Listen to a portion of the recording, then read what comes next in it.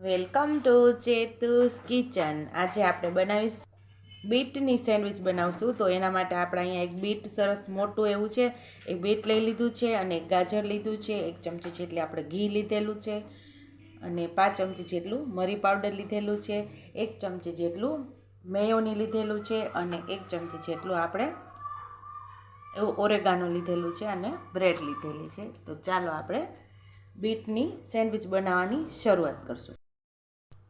તો બીટનો આપણે ઉપરનો જે ભાગ કાઢી અને સરસ આપણે એને પીલરથી છોલી લેવાનો, એટલે કે છાલ ઉતારી લેવાની છે.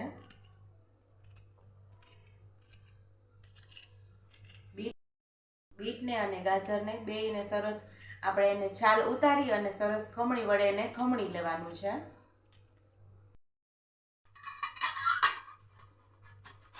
બીટને સરસ આપણે ખમણી લેવાનું છે. અહીંયા આપણે બીટને ખમણી લીધું છે, તો હવે ગાજરને પણ ખમણી લઈશું. બીટને બાઉલની અંદર આપણે લઈ લઈશું. બીટને બાઉલમાં આપણે લઈ લઈશું. હવે ગાજરને પણ ખમણી લઈશું. ગેસ ચાલુ કરીને પેન રાખી દીધી છે અને પેનમાં આપણે 1 ચમચી જેટલું ઘી ઉમેરશું અને ઘી મેલ્ટ થઈ જાય એટલે આપણે એને જે બીટ અને ગાજરને ખમણીને રાખેલું એને આપણે સાતળી લેવાનું છે. આમાં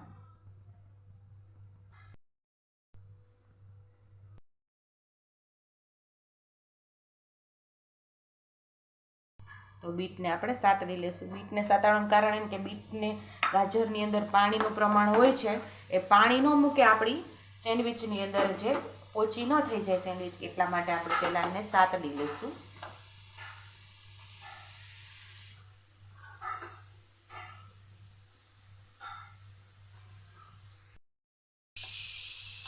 અહીંયા આપણે ઘીનો ઉપયોગ કરેલો છે. આ જગ્યા ઉપર તમે બટર લઈ શકો અને થોડું અમથું તેલ પણ લઈ શકો. તમને જે ફાવે તે અહીંયા સાતળવા માટે લઈ શકો છો. એ વધારે પડતું પાણી હોય એ બળી જાય અહીંયા.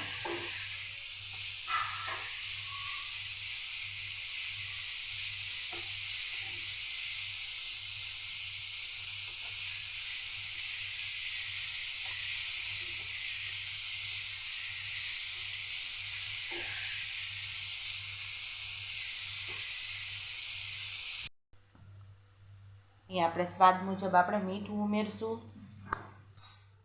અને અહીંયા તીખાસ માટે આપણે મરી પાવડરનો ઉપયોગ કરેલો છે. તમે અહીંયા ચીલી ફ્લેક્સ કે તીખાસ માટે લીલા મરચાં પણ ઉમેરી શકો છો. અહીંયા આપણે ઓરેગાનો પણ ઉમેરી દઈશું અને બધું સરસ આપણે મિક્સ કરી લઈશું. અહીંયા તમે આમચૂર પાવડર પણ ખટાશ માટે ઉમેરી શકો છો, ખટાશ તમને ફાવતી હોય તો.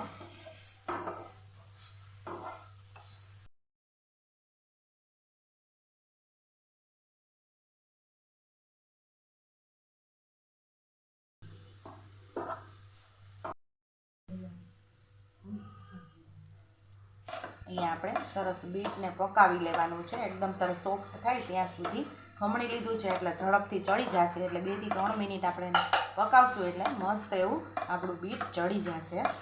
તો બાળકો આપણા બીટ ન ખાય પણ બીટની સેન્ડવિચ બનાવી દે તો એને ખાવાની ખૂબ મજા આવે અને ટેસ્ટી એવું આ લાગે છે, આ બીટની સેન્ડવિચ.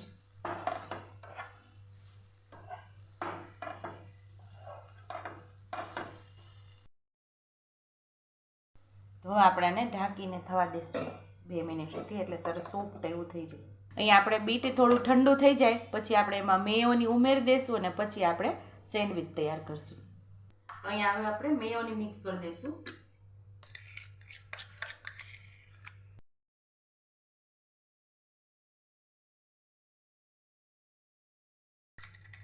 મેયોની ઉમેરીને સરસ આપણે મિક્સ કરી દેવાનું.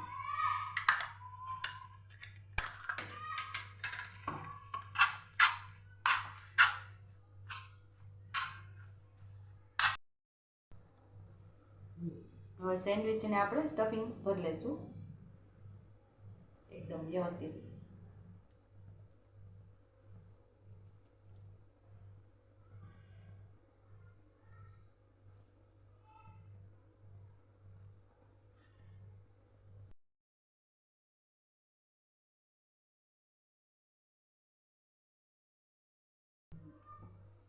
સેન્ડવિચમાં આપણે સ્ટફિંગ સરસ ભરાઈ ગયું છે ને ઉપરથી બીજી બ્રેડને ગોઠવી દેશું. એવી જ રીતે આપણે બધી સેન્ડવિચ તૈયાર કરી લેશું.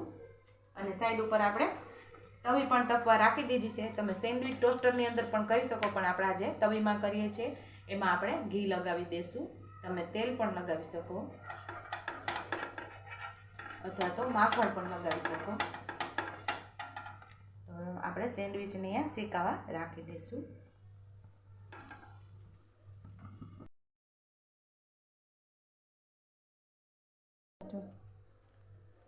તો આપણે સેન્ડવિચને વચ્ચેથી કટ કરી લઈશું. તમે આખી પણ રાખ.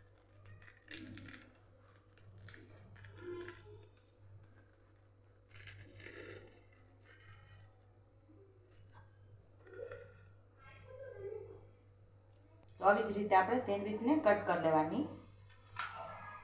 તો તૈયાર છે અહીંયા આપણી બીટ સેન્ડવિચ. જો તમને મારી રેસીપી પસંદ આવી હોય તો મારી રેસીપીને લાઇક કરજો, શેર કરજો, સબસ્ક્રાઈબ કરજો, બેલ આઇકોન દબાવતા ભૂલતા નહીં અને કમેન્ટ બોક્સમાં કમેન્ટ કરજો કે મારી રેસીપી કેવી લાગી. તો આવજો.